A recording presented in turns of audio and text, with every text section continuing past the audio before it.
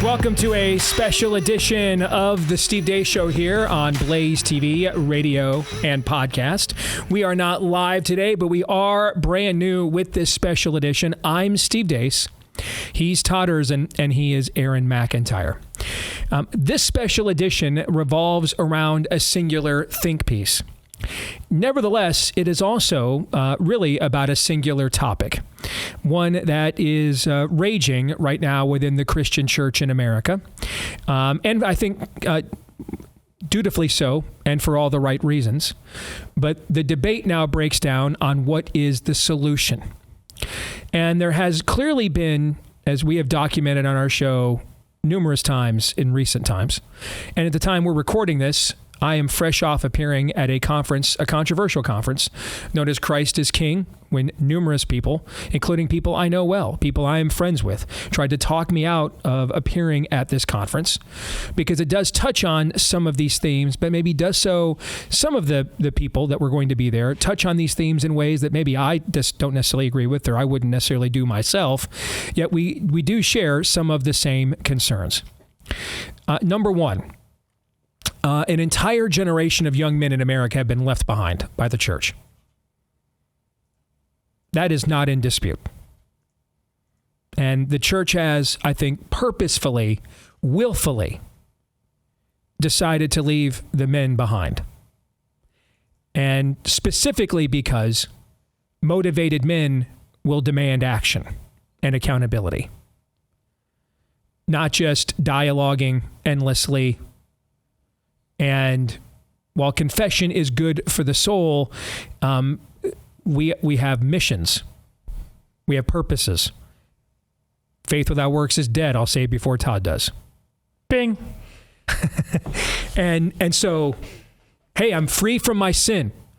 The Lord has freed me from my sin, and he's freeing me from my sin every time I confess it. And now that I'm freed up, you know what? I'm fired up. I'm freed up, so now I'm fired up. I don't have this demonic darkness weighing me down all the time. I don't have this secret life weighing me down all the time. And I'm afraid it'll come out, and I'm afraid I'll be exposed, and I'm afraid that people will find that I'm kind of a hypocrite. The Lord's shine the light in those areas. And so I'm freed up, so I'm fired up. So let's roll. Let's go. Where's the battle at?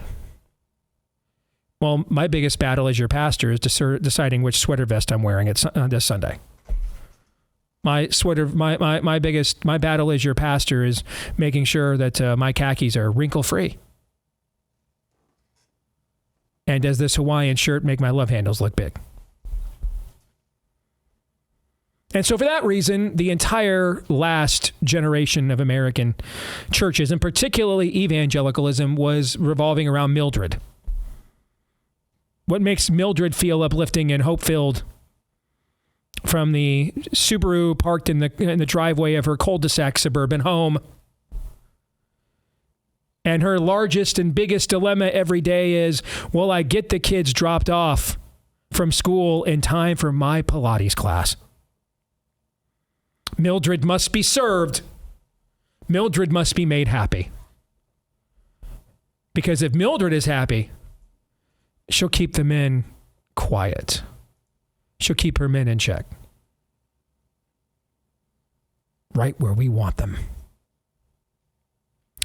So as a result, the stench got so high, the evil got so bad, someone had to push back because it wasn't going to be Dad scrolling on his phone from the stands while his daughter that he put in the minivan and drove to all those practices all those years to get to this point in her athletic endeavor is having her very valor stolen from him right in front of him. But that's okay because his fantasy football team's trending. So Mama Bear did it. And because we didn't have dads, we had sperm donors and men who could shave. We didn't have dads. We had to have moms for liberty instead. Well, the younger men have said, screw that. We're not doing that for another generation. And I think I speak, men, for all three of us here, in that we all applaud that instinct, correct? I demand that instinct, yes. I got 4 gals to marry to somebody. There you go. Somebody. There you go. You are expecting to be bankrupted by 4 weddings, dang it, and you'll be disappointed if that does not happen, right? Yeah. All right. Todd, or Aaron, you agree, I would assume. Yes. Especially because we're talking about your generation crosses into some of the young men we're talking about. Yep. All right. So that is a good thing. Which brings us, therefore, to the concern of not so much do we have enough based men. I think it's probably safe to say amongst the young men, particularly if you look at the results of the 2024 election where Trump won young Hispanic men overall by 10 points. I'm sorry, not young Hispanic men, just Hispanic men by 10 points. I think we have a critical mass of based men, or at least we're approaching something close to that. Is that fair? Yes. Okay. Approaching something, yes. All right, here's the question, though. Based in what? Based on what? Based in or on whom? Because we are up against real spiritual malevolence and just mere instinctive reactionaryism. While, listen, a dramatic upgrade from the passivity of the last 25 years. Can I get an amen on that? It's a start. Let me F-bomb drop in 75 sleeve tattooed guy, with a Marlboro Red out of his pocket who just says, F this noise, I can't take it anymore, is much better than the guy in your mega church who never swears but also can't be bothered on any point of order looking at you, Mike Pence, right? Here, all right, so give me that instinctive reactionaryism to Mike Penceanism any day of the week and 75 times on Sunday. Fair? Yeah, it's a start. It's a start. That's the key phrase, though. It's a start. It cannot last. It can be a moment, like the 2024 election was, but it cannot be a movement that sufficiently lasts to push back on the spirit of the age. And it can't because it won't. It's not a preference. It just won't last. It's impossible. It's impossible. It's not a question of willingness. It's capability. Like, I'm very willing to fly like the last son of Krypton. I'm totally willing to do it. Totally willing. Okay? I can't. Okay? I just can't do it. There it is. All right? Yes. I am willing to wield the Green Lantern Ring of Power. Very willing. Extremely willing, as a matter of fact. I can't. I can't do it. Doesn't exist. All right? It can't exist without the church.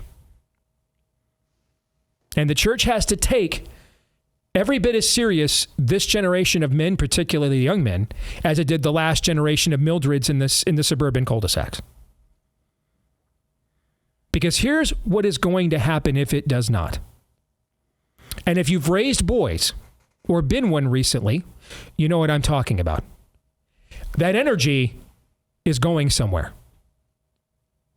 The church has acted like Ritalin for the men in the last generation. The minute the men begin to act up, and I don't mean act out, I mean act up. Act up is not the same as acting out. Can I get a witness on that? Amen. All right? The minute the men start to act up, drug them. Give them something. Great analogy. Stay sedentary right where you're at. Sit there for the entire 90 minutes. Perfectly timed sermon of milquetoast nothingness. Remember not a syllable of what you were just told 5 minutes after you walk out of that building. Just know you are to sit there and be silent, sedentary, and present. Spiritual Ritalin. Can't have the men acting up. Can't have the boys acting up. Can't have them actually being boys. Because they might one day become men.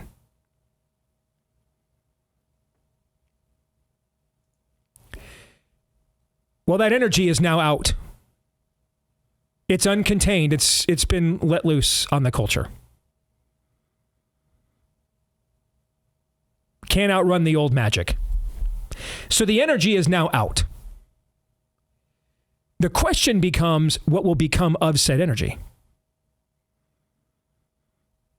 The desire to be attracted to a female, to want to mate with her. That energy is out. It will prompt a young man into either becoming a man worthy of marrying one of Todd's daughters, as he just mentioned, or He'll just become a boy who can shave, and he'll spread his seed and take advantage of as many young women with daddy issues and who have been deceived by third wave feminism as he possibly can to get his own rocks off, right? Those are your choices. There's no middle option. It's one of those two. Those are your options. Because that energy's going somewhere. That energy's going somewhere. So the question is, where will it be directed? The desire for significance. It's going somewhere. So it will be directed towards doing things and that are constructive in nature, that leave legacies, that are passed on, that contribute to the common good, or it'll just be greed is good. Success for success's sake. Whoever dies with the most toys wins. But that energy's going somewhere. Where are we going to channel that energy? That was much of the conversation, both at the stage and off stage at this conference, this controversial conference I was just at. Because there is great disagreement among what to do with this energy. And then also what the source of the energy is. Is it race? Is it worldview? That brings me to factor number 2, gentlemen. But first, a word about our friends over at Trust and Will, the simple website that straightforward helps you to handle what can be some very complex and difficult moments in life that you want to make sure you are prepared for. It's easy and simple to navigate online, plus all your information and documents are securely stored with bank-level encryption. Each will or trust is a state-specific, legally valid, and it's customized to your needs. We've used it in our family. Amy absolutely raved about it. We updated our situation with our trust, our wills, before we recommended it to you. And now we do recommend it to you because we can't control everything. But Trust and Will can help you take control of protecting your family's future as best you can. If you go to trustandwill.com/Deace for 20% off. That's 20% off at trustandwill.com/Deace. 20% off at trustandwill.com/Deace. It is true that if you are a young white male, particularly one who is a Christian, and either desires to be married to a woman and have children with her or already is, virtually every institution that matters in this culture has you marked for cultural death. You are on a most wanted enemies list. At the time we are taping this special edition, there has been a tragic murder in Dallas, Texas. Happened just days before I went down to Texas for this conference. And essentially a young white kid, promising high school athlete, said something to get a black student to move, get out of a seat, something that caused a beef. Maybe he felt dissed. And so he came back to school with a knife, and in front of his classmates, he stabbed this kid right in the heart.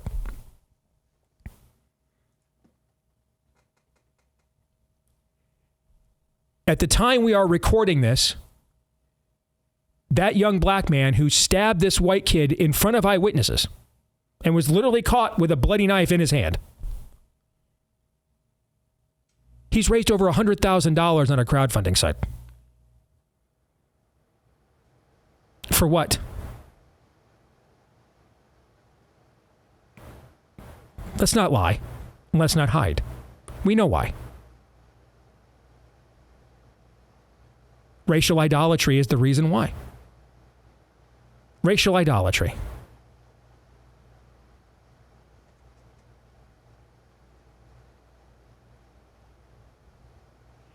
If we do not acknowledge this and confront it,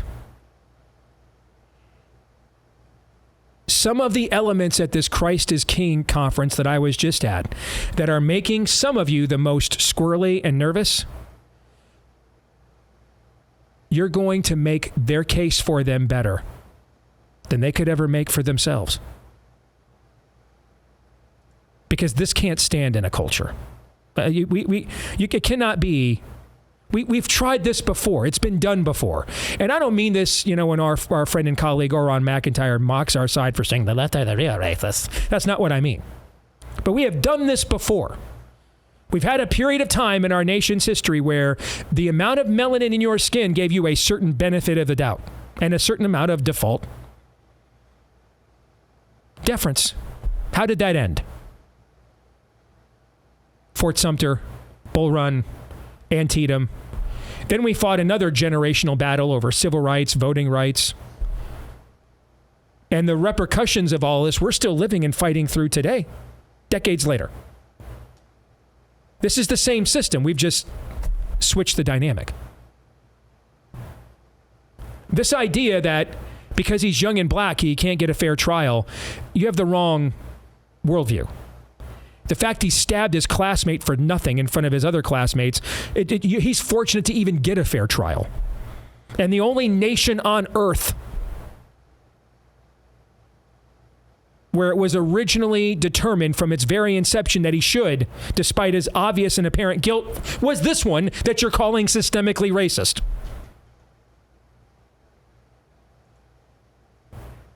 These grievances, so just like I said, men, this energy is going to go somewhere, right? With the men. It's just a matter of where we channel it. The energy's out now. Yes. So the idea that you're going to give another generation of men spiritual Ritalin, they're leaving those churches. That's not going to happen. The energy is out now. So they can either be Samuel Adams, John Winthrop level Christians, or they're going to be Bronze Age pagans. Because the energy's out. It's a matter of where it's going to go. The same thing is true here. We will either, in the church, confront this racialism as we confronted it in the other direction in past eras. We will confront it. We will call it out for the demonic evil that it is. Or if we don't, these young men will reject the church out of disdain for the social stigma they are receiving for nothing other than the lack of melanin in their skin. And they're going to be attracted to the very kinds of elements that make the most of you the most nervous right now. But the energy will go somewhere. It's no longer an option that we're just going to continue to look the other way on these things. No longer an option. The story's out. The energy will go somewhere. It's just a matter of where we're directing it and who's doing the directing. And I thought, guys, it was very important to have this preamble conversation before we get into the meat of the piece we're going to discuss today. Red Pills Without Roots, The Crisis of the Modern Right. It's by Jon Harris, who I shared a stage with at the Christ is King conference. Got along with very well. Him and I have a very similar perspective on things at this conference we liked, things that we at this conference we're concerned about. But before we get into his piece, I thought it was good for us to spend a segment here setting the backdrop as a disclaimer as to why we are having this conversation today. And we don't know ultimately which day of the year 2025 it is that you will ultimately hear this. Okay? And as we always say about these special editions, when Providence thinks it's the right time for this to be heard is when it will be. But this is why we are having this conversation today. Gentlemen, what are your thoughts? Well, you very more than adequately summed up my concern the multiple times recently, again, when we're taping this, when we've talked about that graph that shows women continuing to plummet into leftism and men rising into some form of right thinking. But as you said, the question you asked, the what?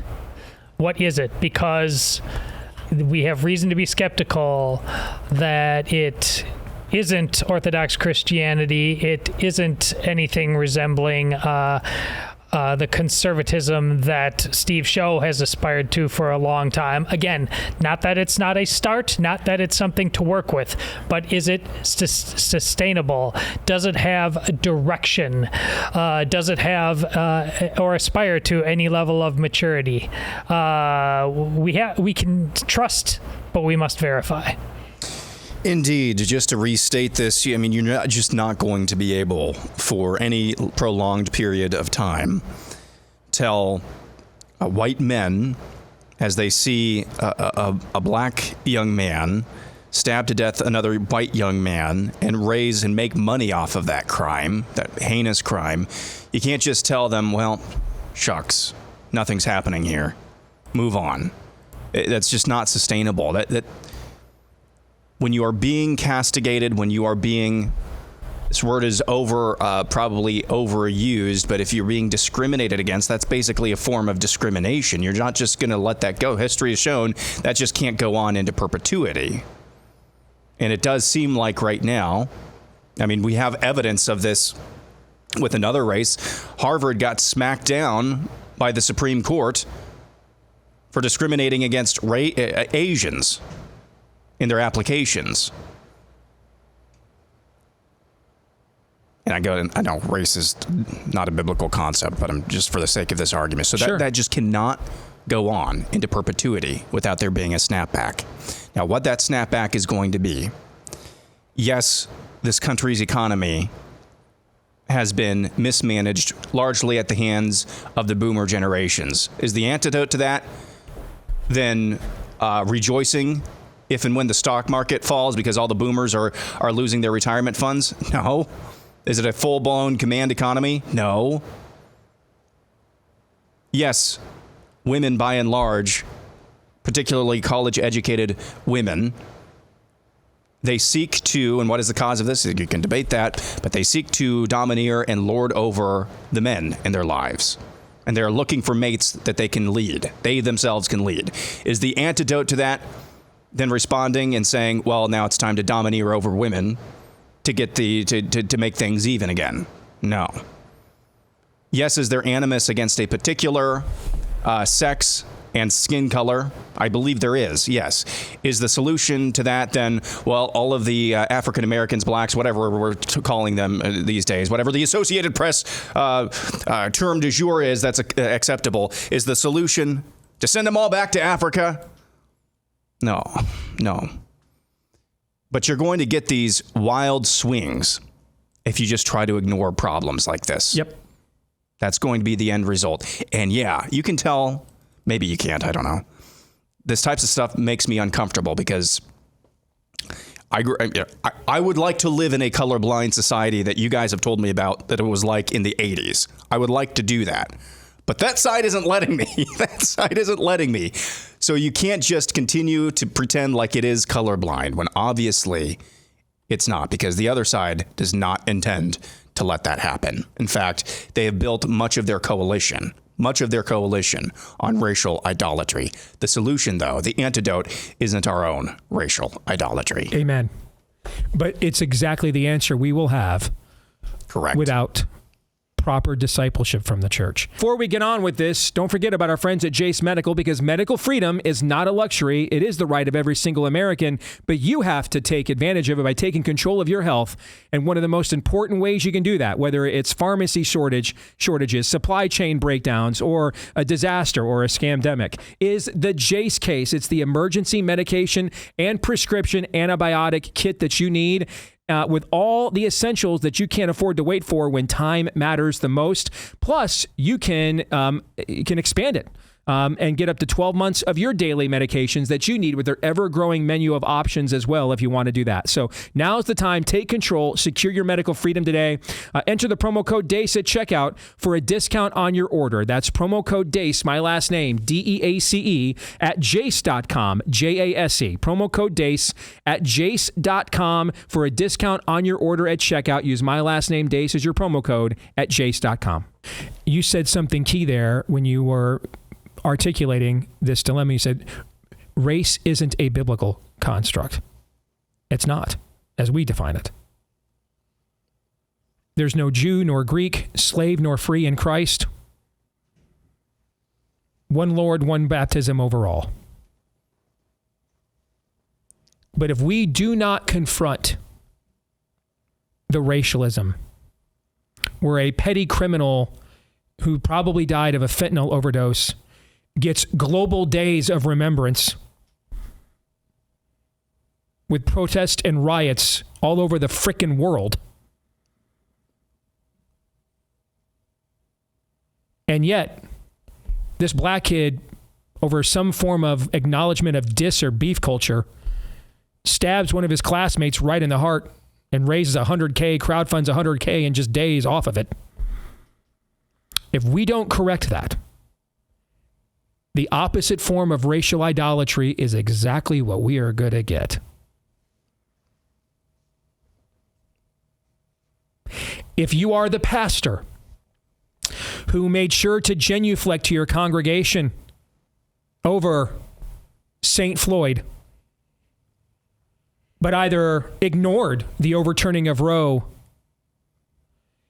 or even worse, frankly, I'd rather have you ignored if you did this. You're almost apologetic. Well, you know, we are a pro-life church, but there's people here that, you know, have different views, and we got to love our neighbors. If that's you, you have no right to be squirrely about anybody that spoke at the Christ is King conference. For you are the best agent and platformer they have. Pick the person at the Christ is King conference you are the absolute most concerned about. They owe you a residual, a royalty.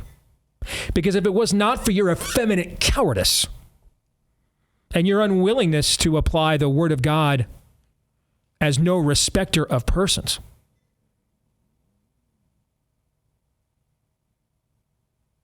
that person might not have the takes on these things that they have today.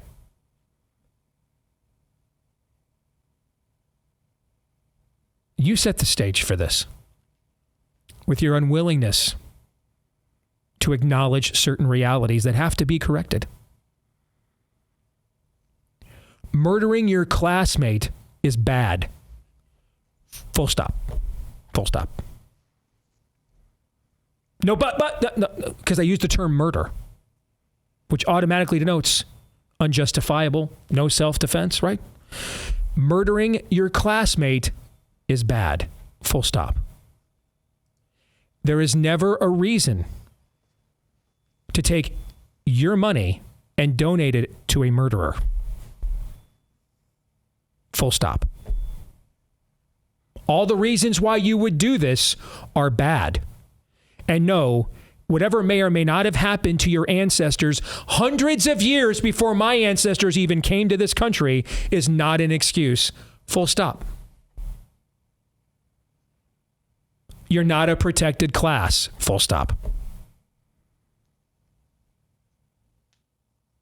The greatest way to show discrimination is actually to demonstrate partiality. Full stop. Now, I think I have made it very clear in my interactions both on and off the air what I think about the rising tide of some of this crap, the rising tide of the anti-Semitic crap.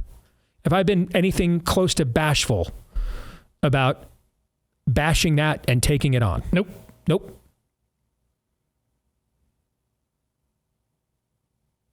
Because that's part of my job. But so is pointing out what I'm telling you right now.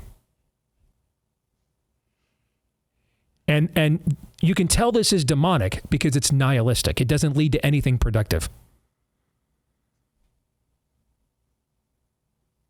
Which is why we need light here really bad. So we're going to discuss this piece when we come back here in a few minutes for the rest of the show. Red pills without roots. Because I think it is one of the best diagnoses of where this generation of young men are, and therefore where this generation of Americans are, and where they are headed, than the three of us have ever read. But I thought, and I didn't even tell Todd and Aaron this before we started the show today, I thought we needed to have a preamble conversation before we just jump right into this. Just to clarify why we're discussing this in the first place, the timing of discussing it in the first place, and then what our intent is by discussing it in the first place. This is not a show in favor of returning racial idolatry for racial idolatry. But it is a show that is not foolish enough to believe if we don't address racial idolatry, no matter which direction it comes from, that is exactly what we will get. We'll dig into this piece some more when we come back.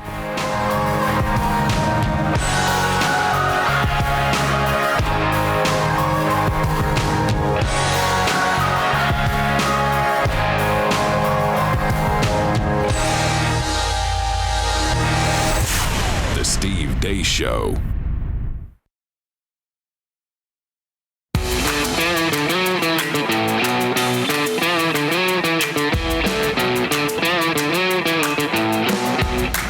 All right, let's dig into this piece here on a special edition of the Steve Deace Show from American Reformer called Red Pills Without Roots from Jon Harris, The Crisis of the Modern Right. However, before we get to that, the continued divide between Trump and the Federal Reserve can cause some more disruption, put us behind the curve again, because we can just see the feds are just openly trying to circumvent the Trump presidency at this point. So consider diversifying with gold through BIRCH Gold Group, because for decades, gold has been viewed as a safe haven in times like these. And BIRCH Gold makes it incredibly easy for you to diversify some of your savings into gold. If you have an IRA or 401k, you can convert that into a tax-sheltered IRA in physical gold, or just buy some gold to keep in your safe at home.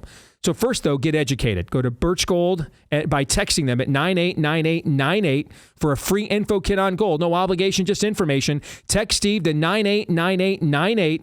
989898. Consider diversifying a portion of your savings into gold. That way the Fed can't stay ahead of the curve for the country, but maybe you can stay ahead of the Fed yourself.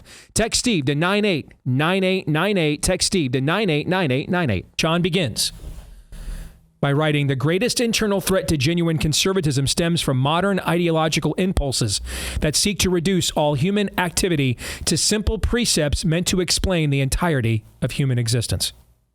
Today, this primarily takes the form of neutralist liberalism, masquerading as conservatism. In the post-war era, the conservative establishment increasingly compromised with liberal ideology to the point that before Trump, national politics had essentially become a choice between competing liberal visions. This dynamic gave rise to sayings like that there's not a dime worth of difference between a Republican and a Democrat, and conservatism is just liberalism driving the speed limit. I made this exact analogy in my book, Truth Bombs. Liberals see the exit sign, ash heap to history, and pedal the metal. Republicans see it. They strap that seatbelt tighter, make sure the hands are at 10 and 2. They're obeying all traffic regulations to make sure they arrive at the exact same destination, but safely. John continues, sure, some paleo-conservatives attempted to break into national politics, but they were often stopped short. Pat Buchanan and Mel Bradford come to mind. Their vision of ordered liberty rooted in religious tradition, heritage, and social hierarchy clashed with the liberal order's emphasis on neutrality, multiculturalism, and market participation. To the prevailing establishment, they represented a relic of a bygone era, one associated with patriarchy, feudalism, and other so-called bigotries, or at least that's how the story goes. Over time, genuine conservatives were steadily replaced by liberals, and tradition gave way to ideology, leaving today's right to question what, if anything, they are truly conserving, as so-called conservatives dutifully enshrine the left's egalitarianism from a decade ago. Same-sex marriage, the civil rights regime, and women's liberation are now framed as conservative achievements, co-opted, we are told, by social justice operatives. Everything seemed to be moving along for these pretend conservatives until 2020 shattered the mold. Thoughts so far? I knew I liked it the minute I started reading it. It's only just beginning. John really understood the signs of the times. I think this is going to be, as if we do this right, this is going to be as valuable as any evergreen we've ever done. Indeed. In 2020, I don't think you can overestimate how much of a formative event that was across generations in this country in terms of how we view the world. And it's particularly young men. And I think this would be a good place if I can park it here real quick. I was just doing an inventory in my own mind the other day about everything in the formative years of my life that has happened in this country. And you guys can tell me, you're Gen Xers, you're both in your 50s. I'm not saying that in a pejorative way at all, but you might have a better vantage point. But my introduction to the big bad world was when I was 8 years old and 9/11. Mm-hmm. That's one hell of an introduction. That was followed by years and years of dispatches from the Middle East where we were nation building and spreading freedom or something. Following that was the stock market crash, the housing bubble, which happened when I was in high school. Following that was 8 years of Barack Obama, who tried to remake the country in his own image. And then you fast forward a little while later, COVID. That's my life. Is that normal? Did you guys experience that in the formative years of your lives? I mean, there's always crises, but I think that kind of puts more meat on the bones of that particular opening salvo. Yep. Is that for the younger generations, y'all merely adopted the hysteria. We were born in it, molded by it. And I think that last part there is very key, because Todd and I would say those, Aaron, are the formative experiences of our generation too, because we come out of the Pax Americana of post-Cold War victorious Reagan America. You know what I'm saying? And so, I mean, those are the formative events of our era too, because of the Pax Americana that we come out of in our time. The exact same events that I just listed? Yes. Interesting. Yeah. Because it's one thing but what I'm trying to discuss is that it seems like, and tell me if this is unfair, but in y'all's generation, and especially the boomers, there was a lot more stability. It seemed like a lot more stability and unison in your formative years. Yep. Whereas in my formative years and those younger than me, all we know is chaos, basically. And I think that colors, and I think that explains, especially with the breaking point that COVID was for so many people across generations. What do you think that was? I mean, that was another day that ends in Y on some level to the younger generations, especially younger men, because of what I just detailed. But it also was, I mean, I think it was the straw that broke the camel's back in some ways. You were describing, Aaron, exactly what we talked about on a show regarding the book, The Fourth Turning. The exact same input, but experienced at different ages affects them differently, and how they relate with each other differently. Jon continues, of course, the shift here did not begin in 2020. For the past decade, the post-liberal left had been making significant strides, weaponizing the very things ordinary, decent Americans held dear, their heritage, sacred institutions, and hard-earned success, against them. Into this chaotic fray entered a younger generation of right-wingers who clearly recognized their enemies but carried their own burdens. They resembled the generation from Exodus 1, those who did not remember Joseph and found themselves trapped in a nightmare not of their own making. Aaron, just what you described. Many came from unstable homes raised by divorced parents and moved frequently. In school, they were told they bore the stain of America's sins if they were white, male, or Christian. Unlike their fathers, who found belonging in once thriving institutions like the Boy Scouts, sports teams, and hunting clubs, they sought solace elsewhere, online, through video games, chat forums, where others in similar circumstances offered them a sense of camaraderie. Yeah. This is exactly what Aaron was describing. They watched as the authority figures their parents had taught them to respect, teachers, pastors, community elders, surrendered to the woke mob at every turn. They had no memory of stable households, functional communities, or the post-9/11 era of American unity. They only felt the absence of those things as if something vital had been taken from them. Because it had. Desperate for answers, they questioned why they couldn't afford a home, secure a good job, or earn respect. In their search for explanations, they pointed to forces beyond their control, boomers, the deep state, the Jews, and others they believed had robbed them of the future they were promised. These are obviously generalizations, but they must be understood in order to understand what is happening now. I think that is exactly right in terms of a diagnosis. Now, we're going to get to the prognosis here in a minute, but I think he nailed this so far.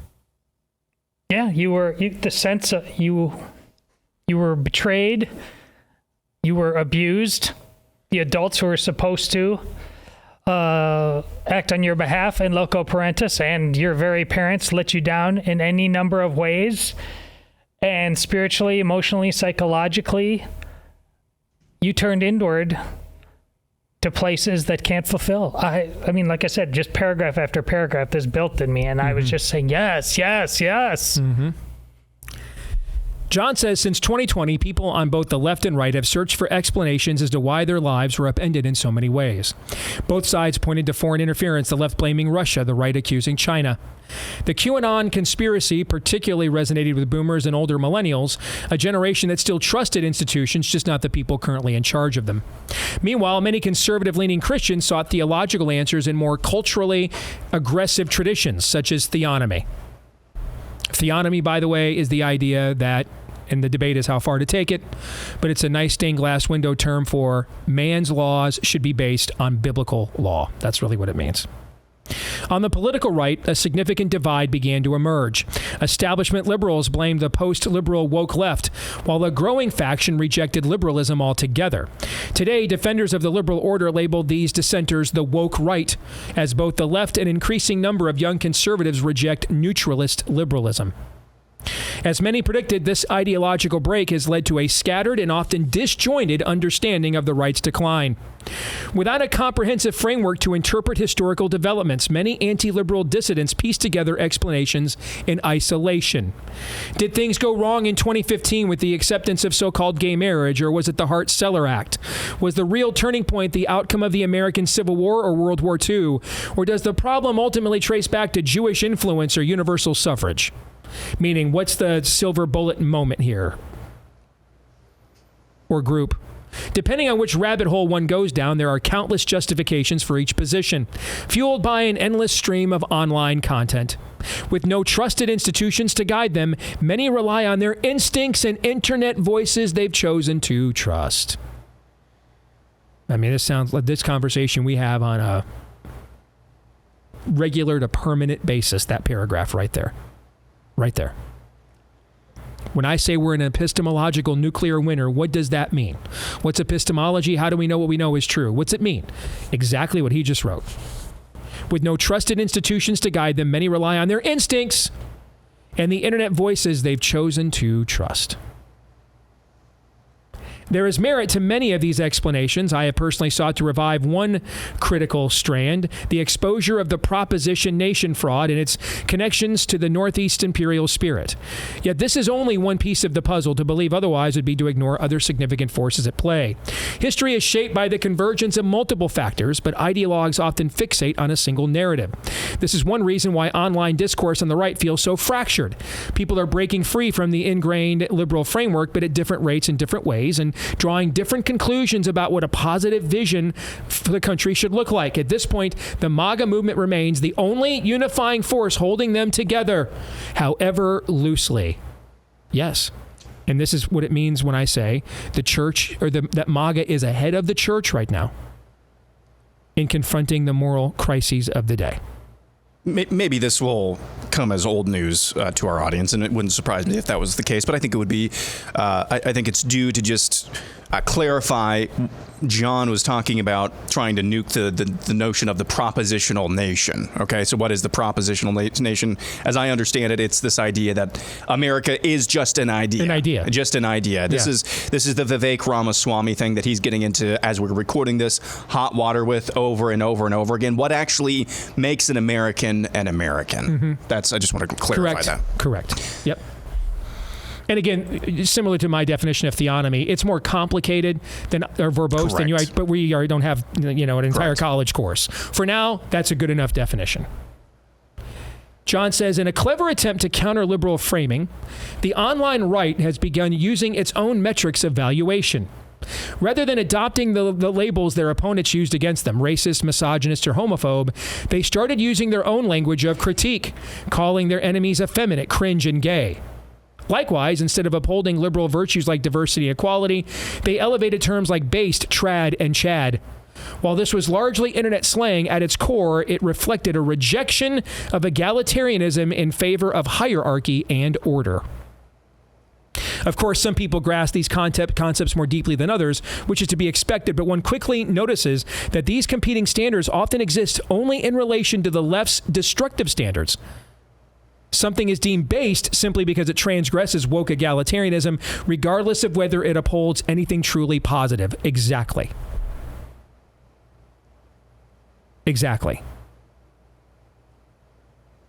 And this is one of my complaints is we're still doing where we're judging ourselves based off our opponents. What are we objectively for? What are we objectively trying to do? What's our objective counter vision? What is it? And we must articulate it because someone will always rule and something will always be worshipped. And the thing is, if we don't articulate it, we can stay more unified, because once we start articulating it, oh, wait, I'm an online anon who uses gay and retarded a lot and in terms like based. But wait a minute, you want to ban my porn and tell me to move out of my mom's basement, get a job, and marry a woman? See what I'm saying? Yeah. Then see, but this is the thing. The thing that ultimately divides a movement, what's the affirmative vision therein, is the only thing still that will sustain a movement. This idea that you can just stay perpetually united by anger and rage, no, you can't. That's not a human instinct or construct either. People don't want to be perpetually angry and upset. For goodness sakes, we're the show yelling about people being perpetually complacent all the time. And you think you're going to make people perpetually angry and upset? No, you're not. So what is it we are actually for? What are we trying to do instead? What are we based on? Who are we based in? Take Andrew Tate, for example, John says. To many, his views on women are based. He is a Chad, and his lifestyle is trad. Yet his outlook blatantly contradicts the Christian norms that once defined the West. Tate recognizes that men and women are different, but his conclusions, glorifying a world of money, sports cars, and exploitation, fail to offer a meaningful alternative to the liberal order. His philosophy thrives in opposition to liberalism, but does little to establish a coherent vision of what should replace it. Adolescent boys may find his persona appealing, but the issue for conservatives is not just that his worldview conflicts with their traditions, it's that his vision is inseparable from the very liberal order he claims to reject.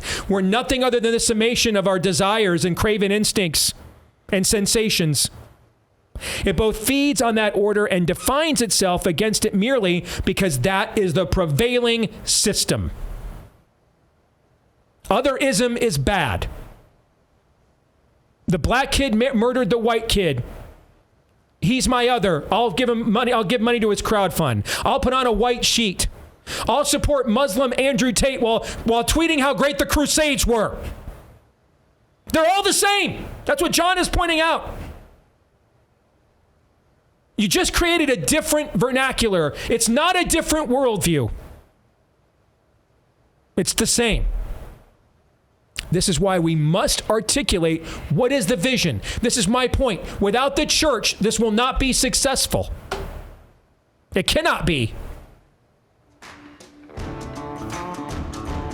You want a society based on hierarchy and order? Cool. What's the institution that would define that? Where would we ever get? Where would we even go for the definitions of those terms? More in a moment.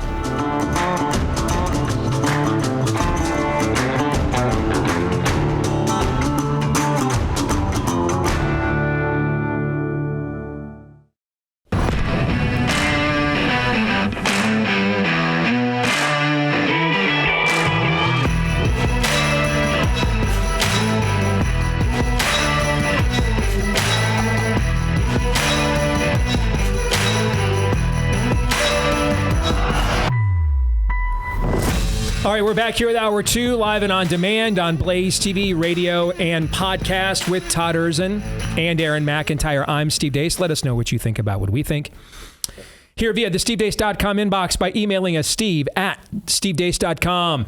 Like us on Facebook, MeWe, and Gab. Please like our new YouTube page, @Deace Show on YouTube. Please subscribe there, @Deace Show on YouTube. You can also follow me, @Steve Deace Show on X, Instagram, and TikTok. If you love the podcast version, we would love it if you left us a 5-star review. Thank you if you have. Hit subscribe or on Apple iTunes. Follow. That'll make sure every time a new episode drops, it shows up right there in your feed every single time. And thank you if you've done that too. 1 second, though, because I've got to tell you about first our friends at Patriot Mobile.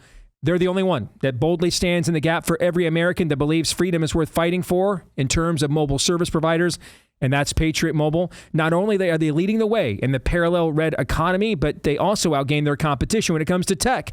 They're one of the only carriers with access to all 3 major U.S. networks. That means exceptional nationwide coverage wherever you go, and you can switch to any of those networks within their main network by being a member anytime you want for free. So this is a game changer, folks. All right, unlimited data plans, mobile hotspots, international roaming, and more. Switching easier than ever before. Activate within minutes from the comfort of your home. Keep your number, keep your phone, upgrade your phone, whatever you'd like to do. But now's the time to make the switch today. Go to patriotmobile.com/Steve and use the promo code Steve. You'll get started with a free month of service if you do. Promo code Steve for a free month of service at patriotmobile.com/Steve. patriotmobile.com/Steve. We are doing a special edition today based on a great piece, Red Pills Without Roots, over at American Reformer earlier this year from Jon Harris. Guys, if you're okay with this, let's just pick up where we left off. For sure. Yep. This pattern that we just talked about, we're adopting people that actually are anathema to what we claim to be for simply because they anger our enemies. Jon writes, this pattern repeats across various ideologies vying for influence on the right. Whether it's biological reductionist white supremacy or the Nietzschean vitalism championed by Bronze Age pervert, these movements exploit liberalism's weaknesses but exist largely as abstracted, reactionary counterpoints rather than as fully developed alternatives. And that's the best we can do without the church. Can't do any better than that. He just described the French Revolution, by the way. Many who delve deep into these ideas find themselves increasingly detached from the people around them and from the tangible aspects of life that truly matter. I know that's one of your big concerns right there, Todd, is what he just said right there. Yeah. The initial appeal of these ideologies often stems from a deep resentment toward the chaotic liberal order, which is good, where men can become women, white people are blamed for all evil, and nothing is sacred. We agree? We're 3 for 3 on those? Yep. Okay, all right. In an effort to escape, young right-wingers push themselves to ever greater levels of basedness. If something offends the left, it must be correct. And the more transgressive, the more true. How do you end up going from discussing Blake Lively to the Jews if you're Candace Owens? Because this is your audience right here. That's all you're looking for. You're just doing this. The baseness, which baseness? My base take on Blake Lively, my base take on the Jews. What is this possible segue from Blake Lively's and Ryan Reynolds' behavior to the Jews? This is who your audience is. A young content creator recently told me he used Nazi imagery purely to break the left's narrative. Since conservatives are already labeled as Nazis, he argued, why not embrace the label and neutralize its power? You know, like this is our N-word. Like you saw black people en masse, not unilaterally, but en masse for sure, attempt to destigmatize the N-word in our time. This happened in our generation as we were growing up, right? He's essentially saying white conservatives should do this. This is our N-word. Yeah, we're Nazis. In a certain sense, Jon says, this logic may track, but in practice, it elevates Nazi leaders as positive figures worthy of emulation rather than just tools for rhetorical subversion. And this happened in the black community. Internalizing the N-bomb ended up creating a subculture that frankly fulfills a lot of the stereotypes of black America that white racists had for decades. Self-fulfilling prophecy. What you think about all day long and the way you think about it, you will eventually become. Basically, I just summarized the last 3 years of Jason Whitlock's program. Fair? Yeah. Internalizing the racism of racist whites as your identity to, quote, own the racists, created a subculture of people who live an actual thug life that fulfills the stereotypes their parents and grandparents were fighting against. We'll show you. Yes. Man, I watched a documentary on the Beatles a few months ago. And it was about news footage from their first appearance when they first came to America on the Ed Sullivan Show. And the local news in 1964 went to Harlem to see what the black kids thought. Back then they said the Negro kids, what the black kids thought of the Beatles. Okay? And I got to tell you, they weren't really down with the Beatles, guys. They weren't really down with the Beatles. But you know what was interesting? The way they talked. and related to one another. I mean, it doesn't sound at all like if you took a news crew to Harlem today and said, hey, what do y'all think of this? You know what I'm trying? I mean, they just sounded way more educated. Again, they were black. They had different views. Kind of thought the Beatles were stealing their music, frankly. You know what I'm saying? So, I mean, there were different views, but the level of, I don't know how to put it, dignity? I don't know how to describe it. It was like, it blew my mind. I was like, holy crap. That's the essence of the story. Great breeds great, and trash breeds trash. Yes. Yeah, because the Beatles, they did steal some of their music, and their music was really, really good. And they knew that. And I mean steal. I mean, inspired by in the best possible way. Yes. And what Jon is saying, if you do this with Nazi imagery, you're going to make the same mistake here. And he's right. They cease to be historical relics and instead become a new standard of good simply because they stand in opposition to the left. Yet as one can see, their function in this framework is purely reactionary. They are not rooted in heritage, tradition, or substantive vision of what should replace liberalism. They are, in essence, ideological scarecrows set up for the sole purpose of challenging the left. You know who thinks like this? Teenage boys think like this. Boys who can shave think like this. Got lots of those. Men do not think like this. Boys or men who had good fathers in their lives know not to think like this. Understand that life requires nuance on multiple levels, starting with yourself. Wait a minute, I'm a terrible sinner and Jesus died for me? How do I even reconcile that?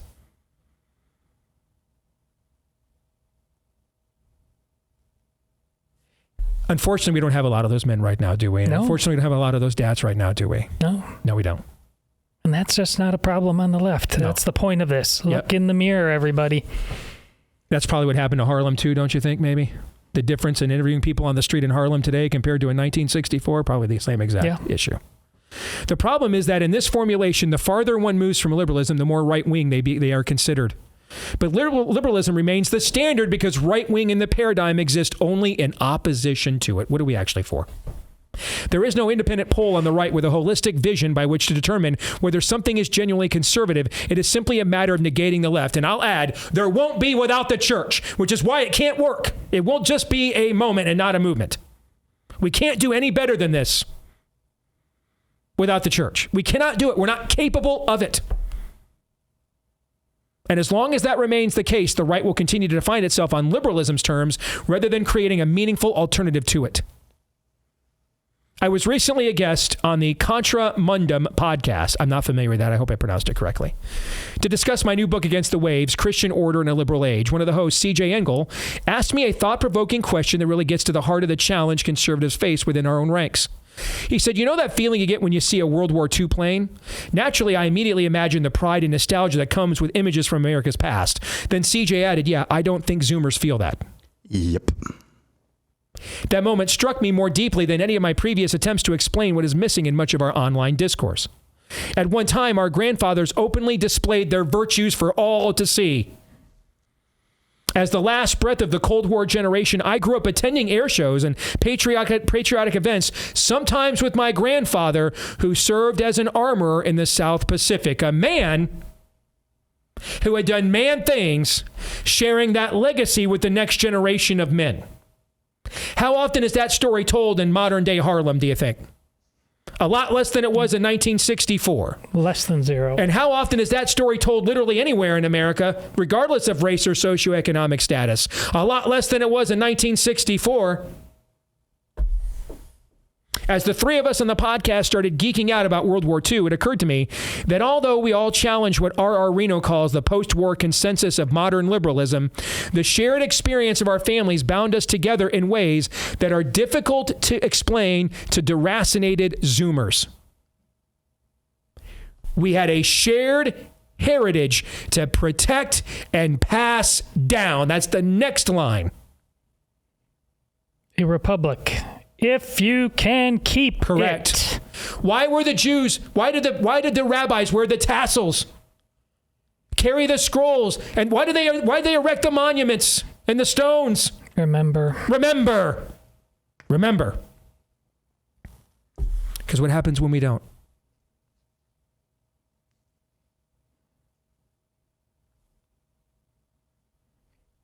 Back to Jon. Our people once did great things. We remember when heroes walked the earth and we heard stories about those who no longer walked among us. Their shadows still felt in our land. This was not mere sentimentality. It was a connection to the foundation of a shared society with all its customs and arrangements. And this is the difference, Aaron, you are articulating between Todd and I and you. Yes. Yes. But because our parents' generation failed to pass down the religion, legends, and folkways they once took for granted, we now find ourselves in a precarious moment. Ideology becomes tempting to a deracinated people. As nature abhors a vacuum, people will turn to reductionist ideologies when they lack a meaningful tradition of their own. What's a reductionist ideology? Let's take the gospel. Say you remove sin, repentance, redemption, restoration, the heart of the gospel. You rip it right out of there, and you're left with a skin suit, a carcass. A Bible verse is out of context. On the left, you'll use that to reduce the gospel to social justice. On the right, you'll use this to say Anglo heritage. But what's missing here is the true heart of the matter. It's gone. The heart is gone. How alive is the body without the heart? It isn't. It is not. It's just a carcass. Dry bones. As Russell Kirk wrote in The Conservative Mind, the Nazi and fascist parties were destructive instruments made possible by the hysteria and loneliness of the masses who enthusiastically supported them. Though now and again these ideologies might endeavor to disguise themselves by talk of family and tradition, this was no better than sham. Their nature and objective was revolutionary. Similarly, Richard Weaver described European fascism as, quote, the rebellion of youth, the repudiation of bourgeois complacency, and the attempt to renew the sense of holiness and heroism. Even though it was fueled by resentment and inverted Christian ethics, it was still a vulgar substitute for the void left by a civilization, listen now, bereft of transcendence.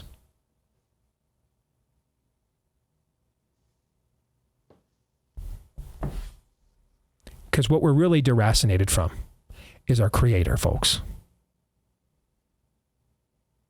That puts all the rest of this into context and provides us, when we have that context, with the nuances we need to navigate the very dilemmas we discussed in the preamble discussion of this show. And without that relationship and that connection, we cannot do it. We are incapable of it as a species. John continues, some argue that we are approaching a time when simplistic answers and heavy coercion are necessary to reform identity and maintain order. If it is the case that this is the only path open for civilization's survival, it will not be met with joy from traditional conservatives, but tears.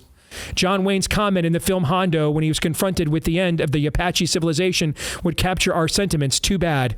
It was a good way. There's much to be encouraged about regarding the right's rejection of woke supremacy, but we are in the midst of a profound identity crisis. What people feel when they see a World War II plane, hear the Declaration of Independence read, or smell Thanksgiving dinner should be of great concern. The answer will tell us whether American identity is even being passed down. If it is not, then we no longer have a cohesive tradition or even a people to defend. What are we based on? Who are we based in? We keep coming back to those questions. The path ahead, John says, political alignment cannot be measured along a single axis of right and left. In the Anglo-American tradition, two distinct poles have historically shaped political thought. One driven by a progressive egalitarian impulse that often fuels revolutionary movements. The other rooted in a deep respect for hierarchy and civil order, often expressed through populist resistance to change. The former seeks to remake America or uphold an abstract, hollowed-out version of its defining proposition of equality, while the latter strives to preserve the conditions that allow Americans to fulfill their duties to God, honor their ancestors, and pass down their unique heritage. Conservatives should and still must maintain a unique positive vision. One should not be considered to the right of those who faithfully promote and protect traditional America simply because they transgress against the left. Were Bavarian Catholics who opposed Hitler positioned to his right or left? Were traditional Southerners who opposed fascism to the right or left of fascists? These are questions worth pondering because the answers help us to understand what a truly conservative posture is. Who are we based on? What are we based in? We're going to keep coming back to that. You know why we didn't debate whether the Bavarian Catholics who resisted Hitler were positioned to his left and his right? because that was about right and wrong. And the Bavarian Catholics did what they did because they said, you're not God. God is. Conservatives do not adhere to a simplistic totalitarian ideology, which is often misinterpreted as weakness today. However, as one reads older conservative thinkers, it becomes clear that there is no inherent aversion to using force when necessary. Perhaps the conservative beautiful losers had difficulty recognizing that liberals were not only deceptive, but also used traditional rules against their own opponents. Most should be said, or more should be said, about how to navigate such challenges, but Donald Trump, who shares some of these conservative instincts, is an example of someone who applies propriety in certain contexts while adapting it in others to confront threats. There is nothing innately stronger about adopting a leveling social theory in place of traditional ways of life. In other words, our debate, did Trump just openly lie last year about the abortion issue? And it appears the answer is yes. Just openly thought these people aren't worthy of giving an answer to. I'm not going to lose my entire election on this issue, and I'm just going to lie. Yeah, we can't be pro-life anymore. And then one of the very first things he does when he becomes president is he resets all of his old pro-life policies. Did he just lie? That's essentially what John said. Regardless, I believe our efforts should focus on reconnecting people to God's good order and the traditions that have sustained it. This means understanding God and His order, remembering one's heritage and identity, and engaging in community and leadership. It also means adjusting our standard to this second, more grounded pole. We should view actions as based, trad, or whatever positive term we choose when they move the needle towards our vision of rebuilding our Anglo Protestant civilization and the hierarchies and arrangements that sustain it. Now, let me pause here for a second, because there's going to be some of you that are going to be tracking with us the whole way, but right there is when you're going to say, spidey sense tingling. I'm not here to argue against you having that reaction. What I am here to say is, you're welcome to that reaction, but not in exchange for not having an alternative to what John is proposing then. Who were Anglo Protestants? The Puritans. Every single person that got on the Mayflower was an Anglo Protestant. Who were Anglo Protestants? The vast majority of people who founded the 13 colonies in America. Who were Anglo Protestants? The vast majority of people. I think there was one Catholic that signed the Declaration of Independence, right? Charles Carroll? Was he the only one? I think there were more. He's the most prominent, but it's a small number, relatively speaking. Safe to say the majority of the 56 signers, yes. Anglo Protestants. Okay. So can this be a loaded term? Yep. Can it be an accurate term? Yep.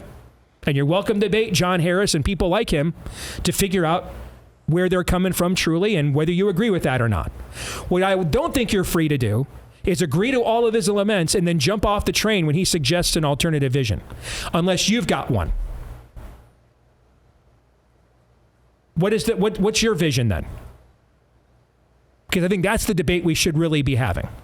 And that's what I love about this piece, is that's the debate that it begs. And that's the debate that Vivek Ramaswamy has gotten himself embroiled in. What is an American? What makes you an American? I recently visited the great painter Thomas Cole's homestead, John writes, only to find that half of it had been converted into an anti-American feminist art gallery with tour guides focusing as much on the slaves who lived there, whom we knew little about, as on Cole himself. These are the kinds of things that must be reversed immediately. If we fix foreign policy, the economy, and even remove DEI from our military, without restoring the honor of our land, we will have been taken over without a shot. Remember the controversy over Aunt Jemima pancake syrup? Yeah. We had family dinner this past Sunday, and Autumn got to choose dinner. And one of her favorite meals? Pancakes. So we had pancakes for dinner. And Noah, being the smart alecky based young right winger, first question after Grace was, where's the Aunt Jemima syrup? Okay. He was just, making a crack on political correctness. You know where that actually, Jemima is actually a biblical name. The name comes from the Bible. It's a biblical name.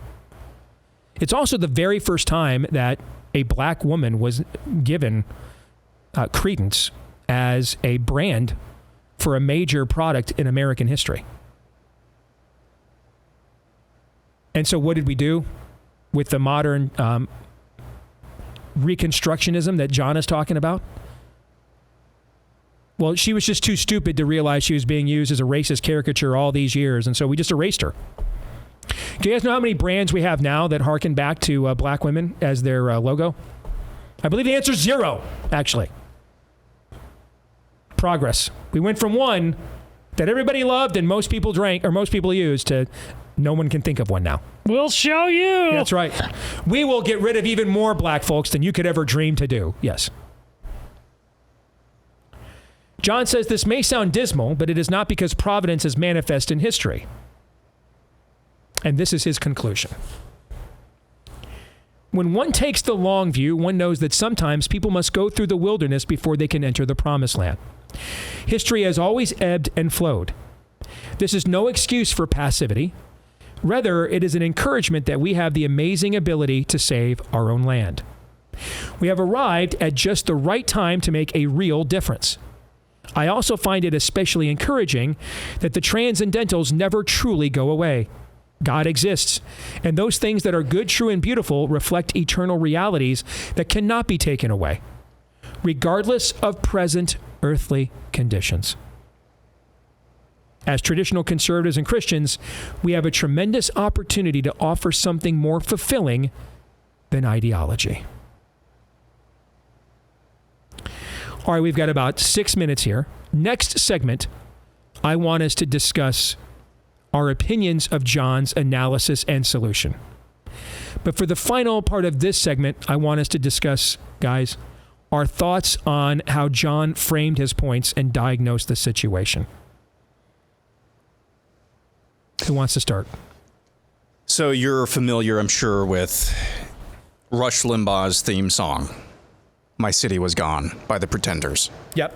Now, my understanding is that was a very left-wing lament in that song. Yes. The irony is that it was used by a conservative talk show host on his show every day for decades. But have you gone back and actually looked at the lyrics again in the year 2025? I'm going to do that right now. Basically, I'll just read it for you. Okay, you got it? Go ahead. I went back to Ohio, but my city was gone. There was no train station. There was no downtown. South Howard had disappeared. All my favorite places, my city had been pulled down, reduced to parking spaces.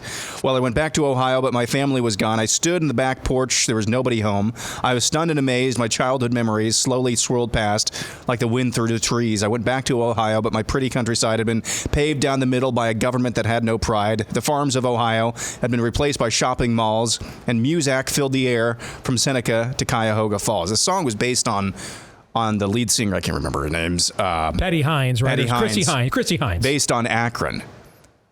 Can you listen to that? Does that sound left-wing these days? That sounds like a J.D. Vance speech at the RNC convention. Reading through Jon Harris's piece, spiritually speaking, what does deracinated mean? It doesn't mean deracinated. Deracinated means somebody who is uprooted from their physical, geographic, cultural, traditional upbringing or place. Basically, spiritually and traditionally, my city was gone applies to you guys' generation and older millennials like J.D. Vance. To the Zoomers, though, they're the generation after that. They didn't even know there was a town there to begin with. They don't have a city. They don't have a city. Yeah. So you can read this analysis one of two ways. Boy, howdy, we've got a lot of work cut out for us. Yes, that is true. Boy, howdy, it seems like this is making me really uncomfortable. I don't like some of the terms that he threw around there. Yeah, maybe that's the case. You can view it in a very negative or optimistic light. The optimistic take is there's just a boom market waiting for you. When you go back to the early part, and I don't want to monopolize this time, I'll be done here in just a bit, Todd. Oh, you're making great points. When you go back to the early part of his essay, and he's talking about, hey, what were the inflection points in our country's history that brought us where we are today? What are those inflection points? Was it the aftermath of the Civil War? Was it the aftermath of the Cold War or World War II? Was it women's suffrage? Was it this and that? You know, there's one thing. What is it? The Jews? There's one common thread with all of those. feel like one of those people. It's the Always Sunny in Philadelphia meme where the crazy guy has the board and trying to fit together the pieces of the crime. There's one common thread. The people that try to go down those rabbit holes to say, hey, this is the panacea to where we are today. There's a common thread with all of those different rabbit holes. You know what that common thread is? Sinners. A lot of different sinners. You know what we all are? Sinners. A lot of different sinners. And you know what sinners need? A savior. Mm-hmm. The only thing ills, if you want to diagnose the ills that got us to where we are today, and there are some good and maybe constructive lessons that you can extract from all of those various things that Jon pointed out and that I just ran down again, except with the exception of the Jews. That was just thrown in as a throwaway line. You can probably have some constructive conversations about that. But ultimately, the only thing that can hold a people together, and what am I talking about? A people? People are sinners. The only thing that can hold us together in the future is one archetype. And it's not really an archetype. He's a real person who is alive today, and that is Jesus. You can have all of your fancy solutions that you want to.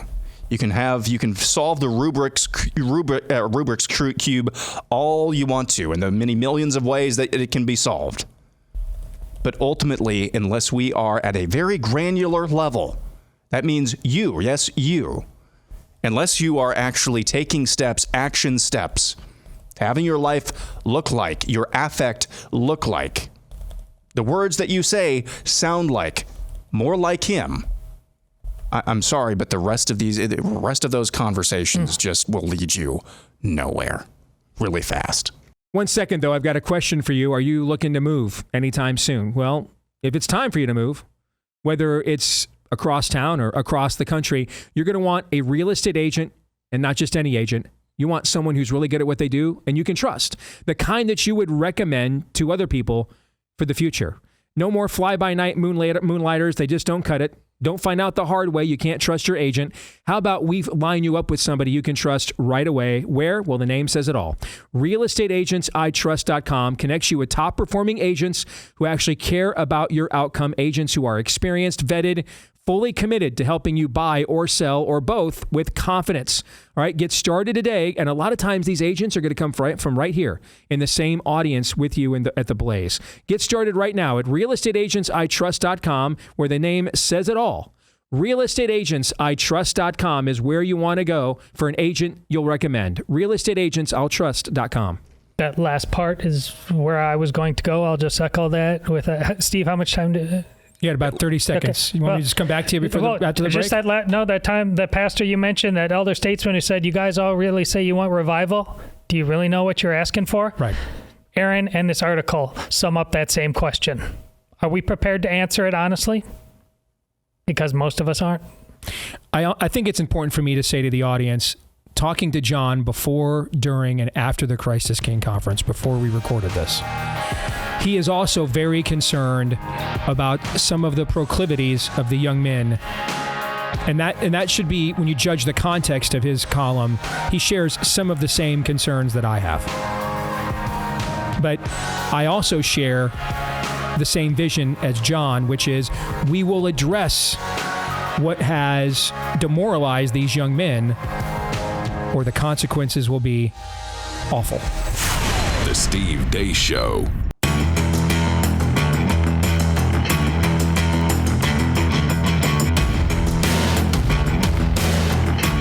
All right, back here with a special edition of the Steve Deace Show. Again, want to thank American Reformer and Jon Harris for this outstanding piece that we've been discussing here on this special edition. Red pills without roots. But first, hey, I've got 2 questions for you. Have you considered how your investment dollars might be working against your very values? And the number 2, are your hard-earned investment dollars being used to oppose what you just voted for in the last election? If you think there's a chance that either of these answers is yes, you've got to go with our friends at Constitution Wealth. They can specifically screen investments based on your values, ensuring that your money is weaponized for you and not against you. Get started today with a free consultation at constitutionwealth.com/blaze. That's constitutionwealth.com/blaze. And visit their website at constitutionwealth.com to understand their fees and services. And also remember that all investing involves risk, including the risk of loss. I am a client of the firm. This is a paid endorsement, but my opinions are my own. All right, get started today. Constitutionwealth.com/blaze is where you want to go to make sure you're being the best steward. Constitutionwealth.com/blaze for a free consultation today. All right, so let's talk. What is the vision here then? Right? And around the time we are recording this special edition, I laid out that there's only 3 options for America at this point as Trump was launching his tariff war in early 25. Revival, which is what I think requires us to get anything close to the counter vision that John is articulating and advocating. Empire, which is the path I think that Trump has put us on, but a redirected empire where the interests being served are the interest of the American people as opposed to corporations. Because we've been operating as an empire pretty much since the post 9/11 world. But in that case, it was what are the interests of some of our vested interests that are too big to fail. In Trump's case, he believes, I think, that he's doing this in the interest of what's best for the American people. You could disagree with that. He may turn out to be right or wrong, but I think that's what he thinks he's doing. And then the third option is death. So in light of those 3 choices, what is the path forward here ultimately? What do you think? Well, when you sent this and to us, whenever that was, a week ago, and I responded back with some thoughts, but I included one quote. And it was there at the end, and I don't think it'll come as any surprise that I loved it. There is no excuse for passivity. That's fundamental to all of this. We are way too comfortable. This is exactly what I'm talking about all the time. And we are the most passive generation of men that has ever existed in human history. Ever. And it's not even close, quite frankly. That city diagnosis that Aaron just gave you before, not our city, something we relate to, but it's more flesh on the bone meat than that. Steve and I, to do the good things or the bad things, we had to go out. We had to, in the physical city, want to go downtown, want to get in the car, want to go and drive. If we wanted, Did you and your buddies do the thing where you literally drew straws to see who was going to suck it up and go into the back room at Blockbuster to get the X-rated videos? To see the naked woman. Yep. You had to go. Who was going to be the one that risked getting outed by somebody's parents or somebody by walking in there? You don't have to do any of those things. No, those things at least limited you. Yep, it's all right on your hands. It's all now. right there. Yep. And you sit there and you're not even, and you're so used to it. It becomes so normative now it never, to the degree Steve and I did it, there's all, the sense of the red light district. This makes it so normative that not only you start bragging about it. The things have you seen online that people just are like telling you, this is what I do, posting videos of. No sense of, every sense of entitlement, no sense of consequences whatsoever. It's because we are incredibly passive. And since we are talking about the men in particular, the idolatries of otherwise value-neutral things are why I'm so hard on you. The game, the football game, the video game, the superhero stuff. The superhero stuff perhaps evidences it all the more in that the greatness of it, the good ones, we're lamenting the bad stuff now. Not too recent future, everything before COVID, what they accomplished there. By the time Endgame came along, the men of this world should have learned some lessons, like not on our watch. They let transgenderism happen. They let COVID happen because everything, it's honestly, this is the definition of cuckoldry. Entertaining yourself passively. Living to escape instead of escaping to live. letting someone else, having pleasure at someone else's pleasure at my expense. That's the key phrase, because Christianity says die to self, right? Okay, lose to gain. So it's better to give than to receive. But cuckoldry demonically twists that by saying that it's not just the pleasure that you're getting off of somebody else's pleasure that you're getting pleasure from, but it's pleasure at your expense. They're enjoying the fruits of your wife instead of you. That's the difference. Okay? You've abrogated that which you have earned and belongs to you. You've abrogated. You've given it away. That's what that means. And that's what happens when I watched Challenge of the Super Friends as a kid. And the minute that show was over, man, provided it was above freezing outside, I was outside with a red towel tied into my shirt, pretending to be Kal-El, stopping the Legion of Doom. That's not what we do now. Or we watched White Men Can't Jump or Hoosiers. And then after that was done, we were like, let's go play some ball. That's not what we do now. We just keep watching. And we watch, and we watch, and we watch. That's what you're talking about. Yeah, and there's lots of real hero stuff to do in this culture. There always is. Be a citizen. You were given more duty than any individual in the history of mankind. It's an honor to stand your post in the name of the good, the true, and the beautiful. And you won't do it. In fact, as I once told you, you actually resent that you have to because you've got boy toys to play with. It's nothing short of pathetic. Think about your children, their children, looking back at what the men of this generation cowed to. I mean, good grief, the men once stormed the beach at Normandy. And honestly, when a blue hair tells you to use the proper pronouns, you get all uncomfortable. It's just pathetic. So what is the vision going forward? And just to put, I've said this phrase a few times. Are you escaping to live or living to escape? Escaping to live is just enjoying some of the blessings that God has given you, where he's put you in life. A good order of priority or a order of affections. Your affection for whatever escape you enjoy, that might be going to the lake. It might be going to a football game, if you're going anywhere at all. That might be enjoying a football game at home. The order of affection is way down here for things like that. But it's on the list somewhere. It's on the list. When you are living to escape, those escapes are way up here. It's your first love. Mm-hmm. That's not where it should be. But in terms of the way forward, I've also said this before, and I think it's a good thing to reset. The reason why you have so many men and young men now where their order of affections is inverted to where they should be, their escapes are way up here, is because for their lives, and it persists to this day, there has been really one archetype presented to them of a Christian man.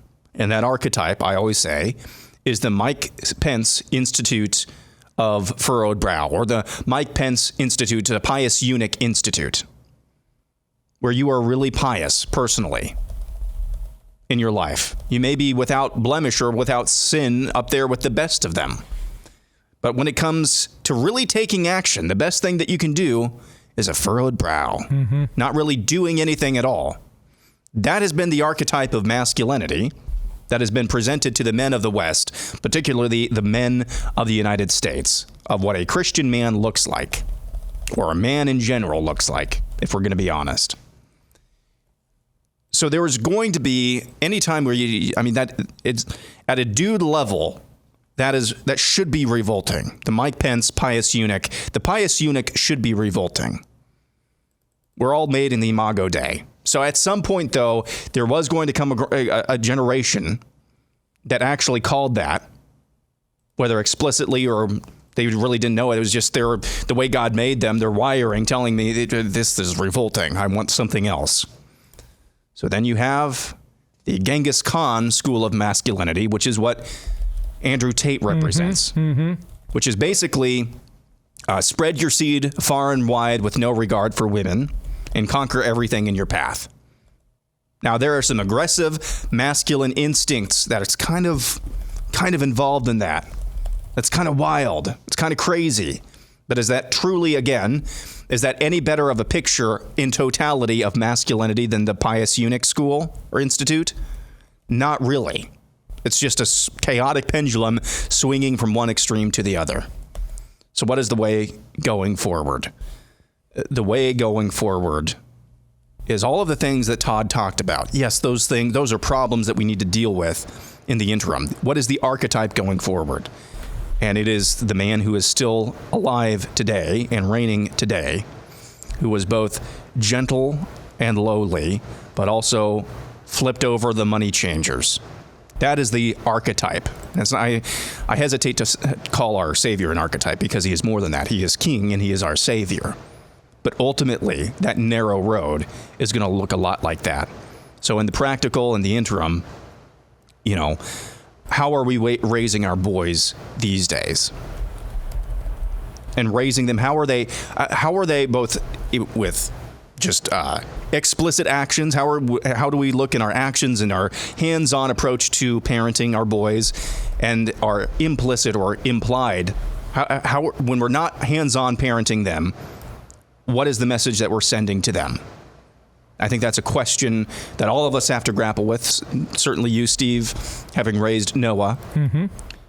That is something that what is the message that I'm getting across to my boys, and really all children, but we're talking about the young men here.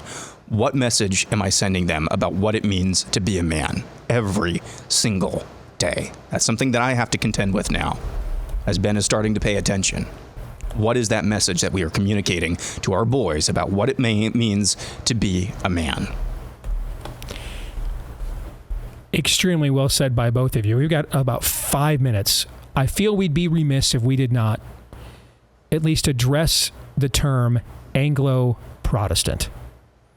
Now, for people that don't know, Anglo just means English-speaking person of European descent. That's all that it means.